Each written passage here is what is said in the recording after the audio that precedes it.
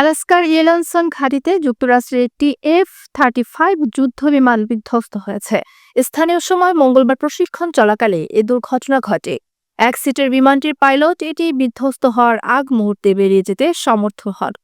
এতে তিনি প্রাণে বেঁচে যান। সামাজিক মাধ্যমে বিমান দুর্ঘটনার একটি ভিডিও ভাইরাল হয়েছে।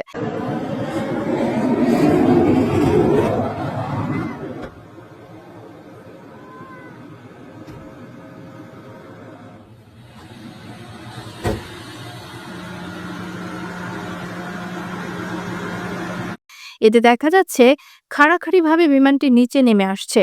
ওই সময় পাশেই প্যারাশুটের মাধ্যমে নেমে আসছিলেন পাইলট।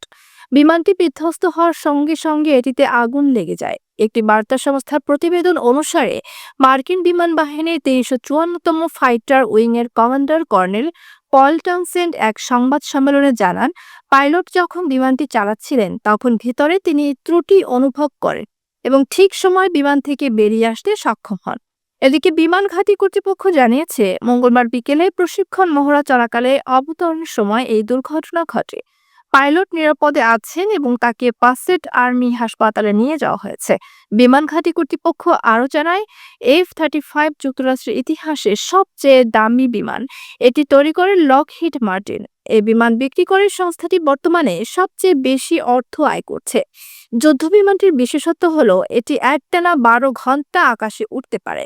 একবার আকাশে ওড়ার পর উত্তর গোলার্ধের যে কোনো জায়গায় যাওয়ার সক্ষমতা আছে এটির।